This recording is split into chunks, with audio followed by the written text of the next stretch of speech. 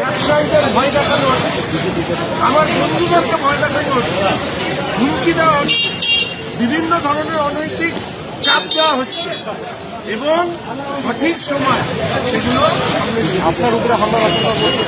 দেখুন টাকা তো মেরেই ফেলতে চেয়েছে। পাথরটা সেদিন আমার জায়গায় খগেনদার লেগেছে। বিরোধী রাজনীতি করি, এসব জীবন মরণ ওসব নিয়ে ভাবি, মরতে তো একদিন হবে। আমি এর আগেও ভাবি ফলে এটা নতুন কিছু নয়, তবে সময় কিন্তু নির্বাচনে একটা নতুন জিনিস। দেখুন নির্বাচনের নতুন জিনিস এটা আমার কাজের মধ্যে এমনি সময় আমি ক্যামেরা এসব নিয়ে ঘুরি না।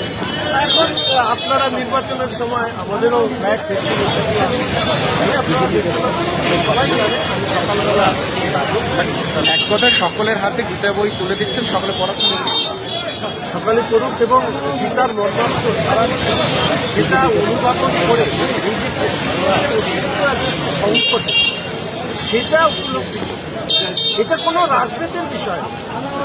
পশ্চিমবঙ্গ সাধারণ মানুষ রাজনীতি ছেড়ে গত 15 বছরে আমরা কি দেখলাম, রবীন্দ্র নজরুলের আলোয় আলোকিত পশ্চিমবঙ্গ অনুপ্রকার আরো বলে লোক আসে। পশ্চিমবঙ্গের বাইরের লোক রাজ্যের মুখ্যমন্ত্রীর নাম শুনে হাসে। এর থেকে বড় লজ্জা পশ্চিমবঙ্গে কি হতে পারে? সচেতন হবেন এই পশ্চিমবঙ্গ